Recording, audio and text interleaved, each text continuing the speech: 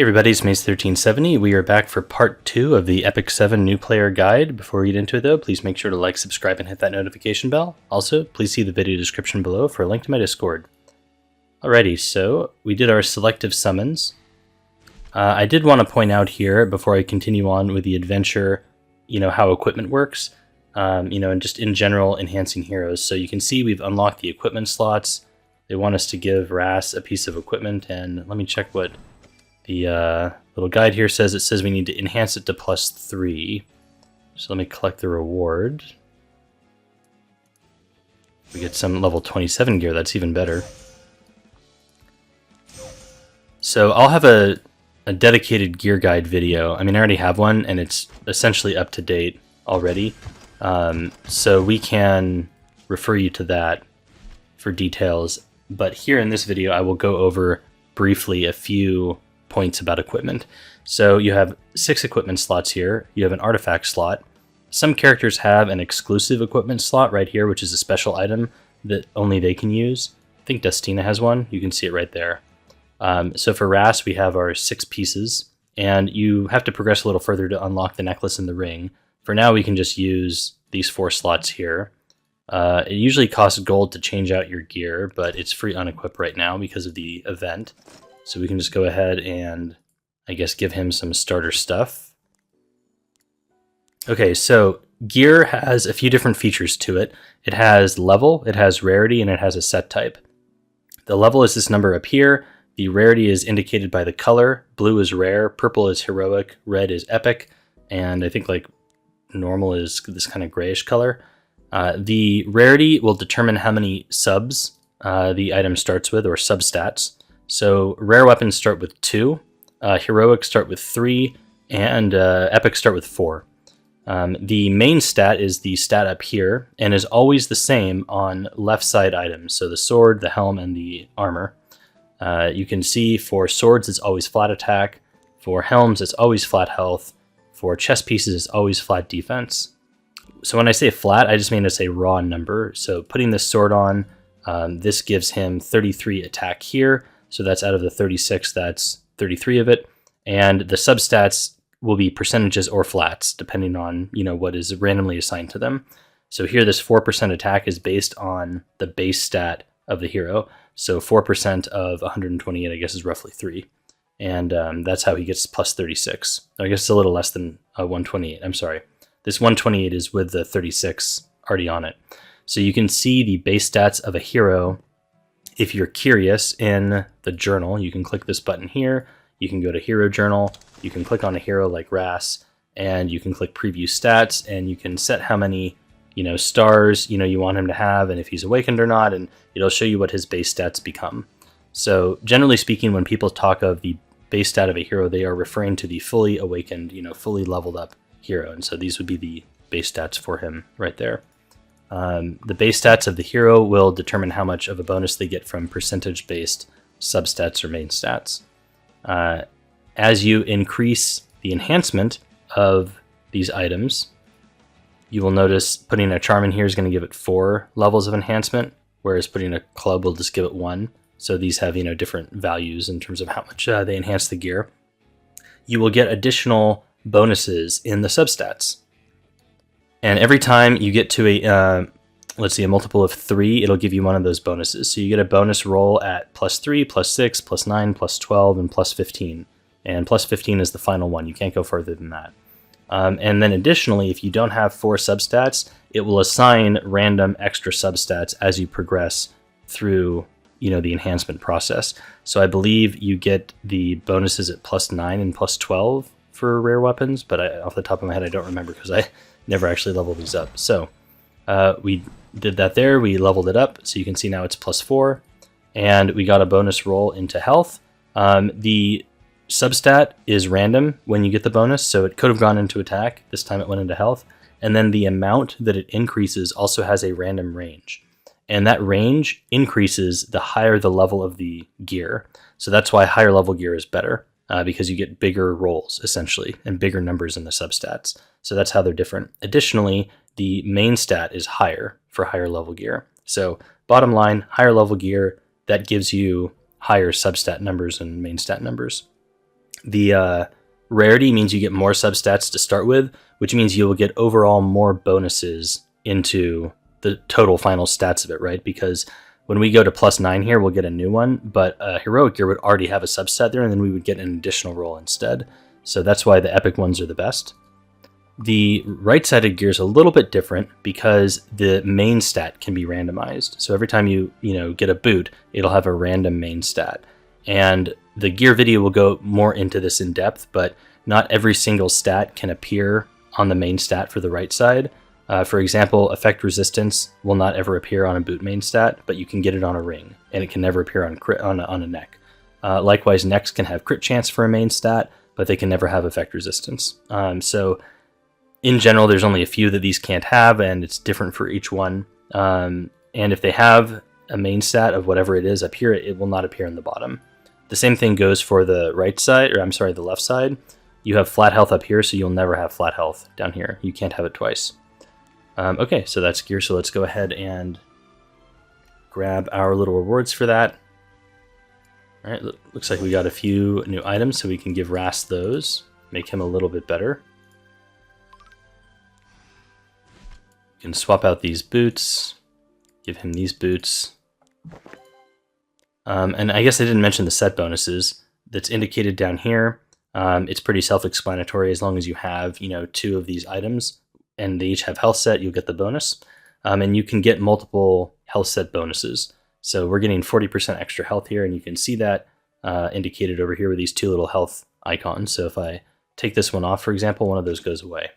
And we lose that 20% bonus. All right, so we can go ahead and put these on. I would not recommend leveling up this low-level gear very much because the game in the Adventurer's Path will rapidly give you, better, higher-level pieces of gear pretty quickly. Essentially, the highest right now is 88 or 85, 88 gear, 85 or 88 gear. 85 gear can get turned into 90, which is the highest. 88 gear cannot get upgraded anymore, level-wise. So that's the top end. So you don't need to worry too much about that until we get further in. The next thing it wants me to do is clear stage 110. So I think I can go ahead and jump into that. I will pause the video and we will be back once I have cleared stage 110. Okay, we just finished 1-10, so we unlocked a few extra things. You get little rewards down here when you collect stars for the mission, so go ahead and grab that. There's also these quest bonuses you get as you complete each chapter. So these are just, extra free rewards that can be obtained. I guess we have one more to get this little bonus in the Sky Stones. Wait, do we not do 110? Oh, we still need to do it. Okay, there we go. So we're about to do 110 and unlock some things. Alrighty, now we finished 110. That was super fast. So this will give us the chapter bonuses. And I think we also unlock Labyrinth, as well as the new zone. Very exciting. We don't need to do this right at the moment now. Oh, so they're going to play the intro. I think we can skip that. And skip this. Skip. Okay, we can go here and get our quest reward from the previous chapter. So we get an artifact, and these are special items, like I mentioned, that allow you to give your heroes specific abilities. So they want us to put an artifact on right now. Let me clear this out really quick. Grab these bonuses. We have also unlocked the Moonlight Blessing. And I think now that we can summon things completely, it's going to show us the little intro animation for the newest hero. That always pops up whenever a new hero enters the game. Okay, so let's put the artifact on. We'll just give him... Doesn't matter. We'll do that one. Okay, so Moonlight Blessing. This is a new thing we have unlocked, and this essentially gives you a Moonlight 5-star of your choice from the ones listed here. It's not that many, but this is done as a way to help new players catch up because they've released so many heroes.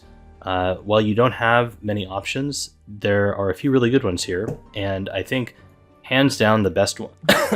Sorry. Hands down the best one is Spectre Tenebria. She is a PvP all-star, She's honestly never really been like out of the meta for long. Like every hero kind of comes and goes a little bit, right, as things change. But Spectre seems to always be there, and sometimes she's like super strong. Like right now, she's super strong. She is also amazing in PvE. She's really good in Abyss, Tower, things like that. So she's just all around an extremely useful hero. So I'm going to take her. Honorable mentions go to Arbiter Vildred. He used to be kind of the best Moonlight 5-star hero. And the reason why was because he was super powered in PvP.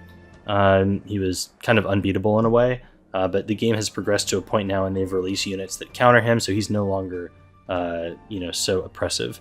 And also in PvE, he was a phenomenal, what we call the dog walker. So in those normal adventure stages, his S1 animation and S3 animations were incredibly fast and hit multiple units. So he could clear through the adventure stages really fast and help you level up your heroes quickly in the beginning. That's kind of been replaced now because you no longer need to travel with the heroes you used to level up. When you travel with anybody on a mission, if they're max level, the experience they would have gotten is turned into penguins. And then you can give those penguins to other heroes. So you no longer really need like a dedicated dog walker like you used to, where you would have that one really powerful hero dragging 3, like lower level heroes behind him to level them up. Now you can just take 4 strong heroes and just quickly blow through the stage. So Arbiter Vildred, no longer super useful. Ruel was kind of the best Soul Weaver back when the game first started, but she's been outclassed by some of the new additions. Judge Kisei is pretty useless at the moment. She looks really cool, but her abilities just don't do enough. Not enough damage, she doesn't have enough stats, and a lot of her stuff is AoE, which is really punished in the meta right now. So maybe they'll adjust her at some point. Martial Artist Ken is also in a really bad spot. He's just not good. He has this thing where if you hit him, he counters, so back in the day, he was really cool because he could just like constantly counter and kill anyone that attacked him. But now we have Spectre Tenebria, who has a skill that says cannot be countered, and there's a bunch of heroes that have that. So you can just kill MLK and he doesn't do anything. So we're going to take Spectre Tenebria, no contest. I think the only reason why you should not take Spectre is if you somehow get super lucky and pull her from Covenant summons in the beginning of the game. So you have the hero now once you get to this point. You can use them on your adventure missions and stuff, but it will restrict their use in PvP until you unlock these 4 things, which is no big deal because you aren't really ready for PvP anyways at this point. So you can go into your hero collection and you can see that we do indeed have Spectre Tenebria. I'm going to go ahead and lock her, and we have a Moonlight 5-star. So that's really nice. Let's see what else has been unlocked. I think there are a few things. So another thing that has been unlocked is the Sanctuary. So the Sanctuary is kind of just an area where there's these 5 different buildings, and each one serves a purpose. The Heart of Orbis constantly generates golden skystones for free. So this is just a way to get free rewards, or resources, basically. You can see, like, as the time goes by, this will tick up. We want to improve the building. You get one of the Breath of Orbises up here every time, or while you go through the adventure. So periodically you'll get one at the end of a chapter, basically, and it allows you to improve these buildings one time. I would recommend improving the Heart of Orbis probably first, just because it'll give you more Skystones. So we'll go ahead and build it, improve, so we get it. And I guess that was the default, so that kind of unlocks it, and now we can use our Breath of Orbis. We will, I guess, go for the bonus chance. So you can see we've improved that here. There are 4 other buildings. The Forest of Souls is a place where you can create penguins, which can be given to heroes to level them up. You can also create phantasms here, which are given to heroes to increase their stars. High Command is an area where you can send heroes on kind of background missions, so it doesn't really lock them in any way. It's just like they're in the background doing something, and at time intervals they finish the mission and it gives you rewards like gold or whatever. So it's kind of passive reward, similar to the Heart of Orbis, but the missions take energy to send them out on. The Alchemist Steeple has a bunch of options of kind of turning various resources into other things. You can also craft special types of equipment here. This is really good, and you should max it out at some point, but it's kind of like a little bit later in the game. The Steel Workshop is where you craft equipment. So when you go into the hunts and kill, the hunt bosses, they'll give you currencies that you can use at the Steel Workshop to create items that are randomized. So that's another one that you should max out, but we can't do it just yet. Kind of have to play through the story. All right, so they want us to enhance an artifact. Oops, I keep clicking on the mailbox and I mean to click on the equipment. So we'll go to our artifact tab here. I'm going to enhance Daydream Joker because this is an artifact that can actually be used. And, oh, you know what? I think they give you artifact charms in the rewards here right before this. Yes, we do get charms for that. So let me grab the charm so I don't have to sacrifice an artifact.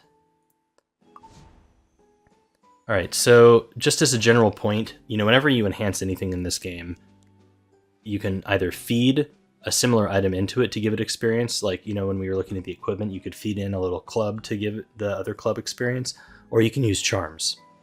So with artifacts, I could put this artifact in here, feed it, get the experience. I don't recommend doing that with 3 stars or above, and I'll show you why in a sec.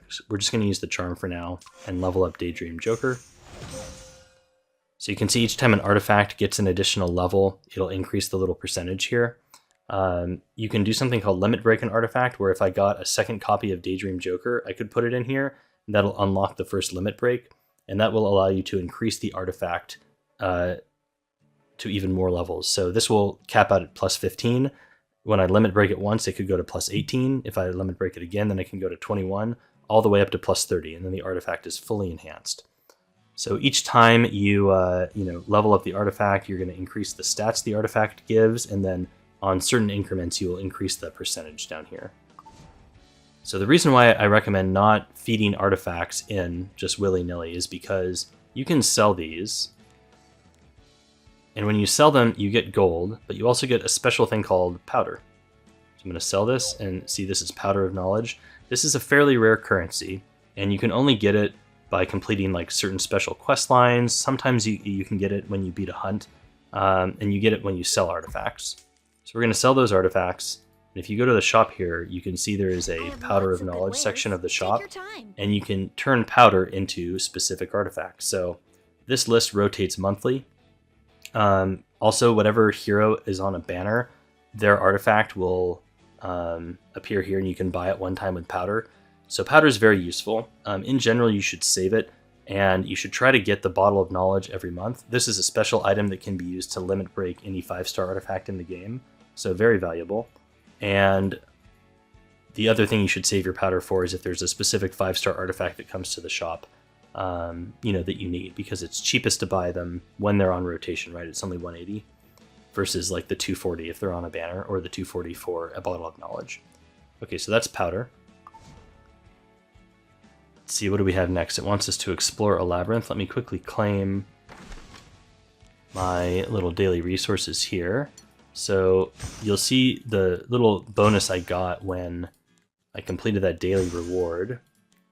It looked like a little scroll. I think it was this one here. It's 10% battle gold earned for 1 hour.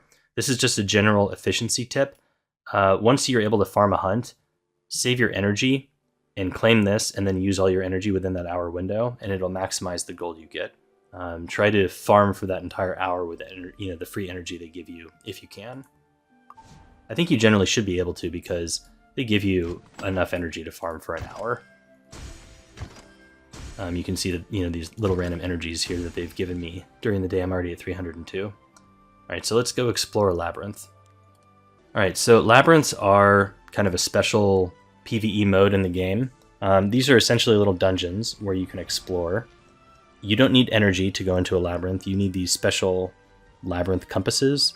They're a special currency that you get just passively. You can see it charges up all on its own, and you can hold up to 5. You can also buy these with sky stones and leaves in the shop, and once you join a guild, you can get a lab compass in the guild every week. So we'll go ahead and jump into the lab here. You can see I've switched my team around a little bit. I want to keep Alexa on the team because I'm going to use her for Wyvern 13. And remember our mantra, we're trying to get into Wyvern 13 as fast as possible. Destina, she's a little healer, and Terranor Guard is going to be useful later, so we might as well level him up a bit now. Okay, we can just skip this. So these labs are, oh, start tutorial, skip tutorial, skip. We also enabled auto battle earlier, so they can do it on their own now. Labs are a little bit different. They have a map you walk around on, and you have what's called morale, which are these little points right here, and you can see each time we advance a square, this morale goes down, and as it goes down, we get negative effects. So this is basically capping how much you can do on a single lab run. You are allowed to camp once. Once you're out of a battle, there's a little camp icon down here. You can click that, and that can give you back some morale, but it's a one-time use.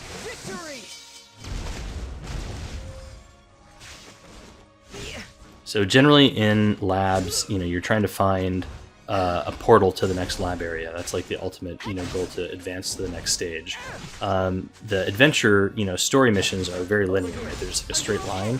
But labs have twists and turns to them. Okay, so I guess we have to talk to Iceria, so we'll do that. So we can look at the map here. So wherever there's a portal, you'll see an orange square. So these will allow us to exit the labyrinth, and you can see this one is labeled Area 2, so that'll take us to the next lab zone. Another thing to note, whenever you have a little single square that comes off the edge here like this, there's going to be something there like a treasure chest or a portal or something like that. Also, there's a vendor named Hoochie right here, and you can see the little white square, so that's important. So we go north here. We probably have to talk to someone or flip a switch or something.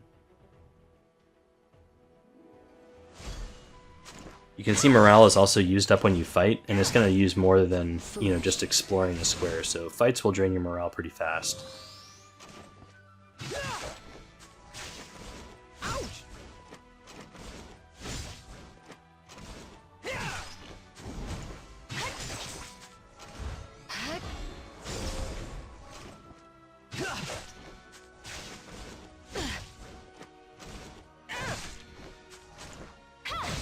My team is actually not very good because all the enemies are grass right now, and so you can see water doesn't do very well against grass. The elemental advantage-disadvantage system is interesting.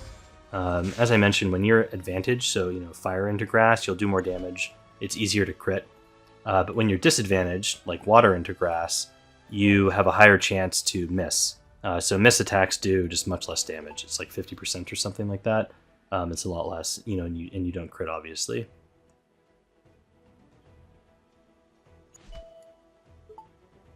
Alright, so now we get to go this direction. So we're going to kind of try to get to this area 2 here. With all my faith.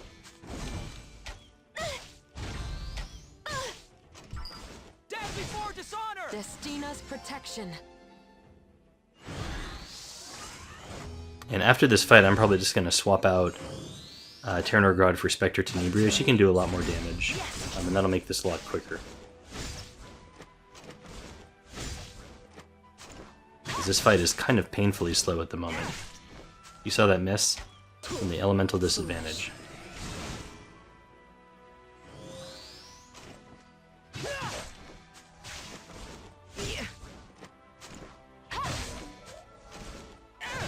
So enemies get these little debuffs or buffs over their head. I'm going to turn off auto so we can explain this. You can mouse over them and click or tap to see what they do. So the debuffs, right, they hurt the enemies. The blue ones are buffs, they help the enemies. So poison, whenever this guy takes a turn, he'll take damage. They put target on my Ras here, which increases damage he receives by 15%, and it decreases his evasion by 15%. Ras doesn't have any evasion normally, so that part doesn't matter. It just makes it easier for him to get hit. So essentially harder for somebody to miss on him. The little wing icon here is speed. So they increase their speed by 30%, so they're going to rotate through this CR bar more quickly with that speed buff.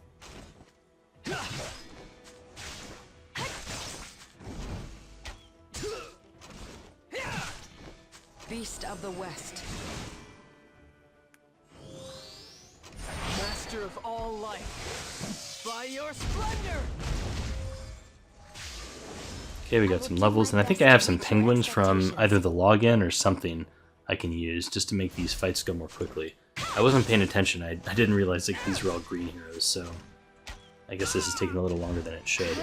The other thing here is your Guardian. You can click that and use your souls to summon your Archie Guardian. He does a bunch of damage. His damage is based off their total HP, so the more HP they have, the more damage he'll do. He also gives you a unique buff, which increases your damage, and does it give defense or something? Let's see.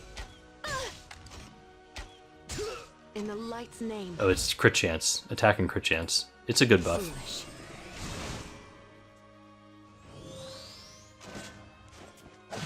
Over here. Are you okay? Don't even get to use Arky. Okay, so we can go down here and we can get this treasure chest. Nice, we got sky stones. Very good. And we're gonna move up here. I think I could clear all the way around with the amount of morale I have, but this team is really slow, and you don't have to be super picky with your, lab tokens in the beginning. You're mostly going to be spending your time clearing through the story. It's Arky's turn. I'll tear you to shreds. Emergency! Yes. Emergency! Radiant one for a miracle.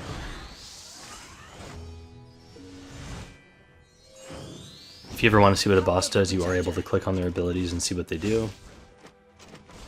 Ouch! Beast of the Terran West. Guard is really good for some PvE encounters down the line because he defense breaks on his skill 1 like you saw there. Defense break is a very powerful debuff. It decreases their defense by a lot, and it really massively increases the amount of damage they take when they have that on them. So it's very helpful for The PvE honor of encounters. It really victory speeds is them up. forever ours. Okay, we are done with this lab. Oh my goodness, Elson, enough. Let me go. Okay, we're out. Congratulations. You've become stronger. So you get lab coins for doing Labyrinth. The lab coins are another currency. You can turn them in at the lab shop, in the shop area, and they can be turned in for various charms, specifically for necklaces and rings. So lab coins are always nice to have. So now that we explored that one, it opens up the next area. You can also go back and continue, getting the rest, and that'll unlock this little item. But these items are really low level, so we don't really need to waste our time so much right now. Let's see here. We have... I think they want us to use those lab coins probably. And collect our Phantasm, collect more lab coins. And yeah, we have to spend lab coins is the next task. So we will go to the Labyrinth shop. And you can see what you can buy here. In general, you want to spend them on these charms. It doesn't matter what charms you buy between the lesser and the greater. They give an equal amount of experience based on their cost. So 3 lesser charms gives you the same enhancement experience as a greater charm, so don't fret about that. Here's where you can buy more lab compasses if you need to. And I would avoid these accessories. These will give you a little random ring or necklace, I think, between this level range. But the level range is so low, it's just not worth doing. These malicious bug charms are very important, but you don't need them until much later in the game. If you find yourself not having enough time to clear out the normal lab as you progress through the story and stuff, I would say probably just buy these so you can stockpile them for when you get to that point later on. Because you can stack like an infinite number of these, but you can only buy 10 of them per month. So something to do. Once you get friends, you can come to the friendship shop here and get energy every day for free. Oh, speaking of friends, I think, whoops, I might as well just friend myself, so then I can use my very balanced account to help out on occasion. So we'll just send that request. Because remember, when you go on adventure missions, you can have a friend come along. If you pull, from an account that has nice heroes, that can be very helpful. All right, so they want us to, I didn't buy the stuff from here, so we'll just buy 2 ring charms. That'll fulfill the adventurer's path. Okay, we got that. And we now need to enhance equipment to +6. So let's see, what do we have to enhance? Whoops, I'm in my artifact tab. Okay. Guess we can just enhance this. So you can feed in the fodders here. This will take us to +3. So you can see we rolled into speed. And I guess we can then use a charm, and this will take us to +6. And that time it rolled health. Like I said earlier, don't waste a ton of stuff leveling, this really low-level gear up. Just do it to get the adventure path, things, and then move on from there. So now it wants us to clear some more adventure stages. So I'm going to probably go off and do that. And we will come back next time for the continuation of the new player guide.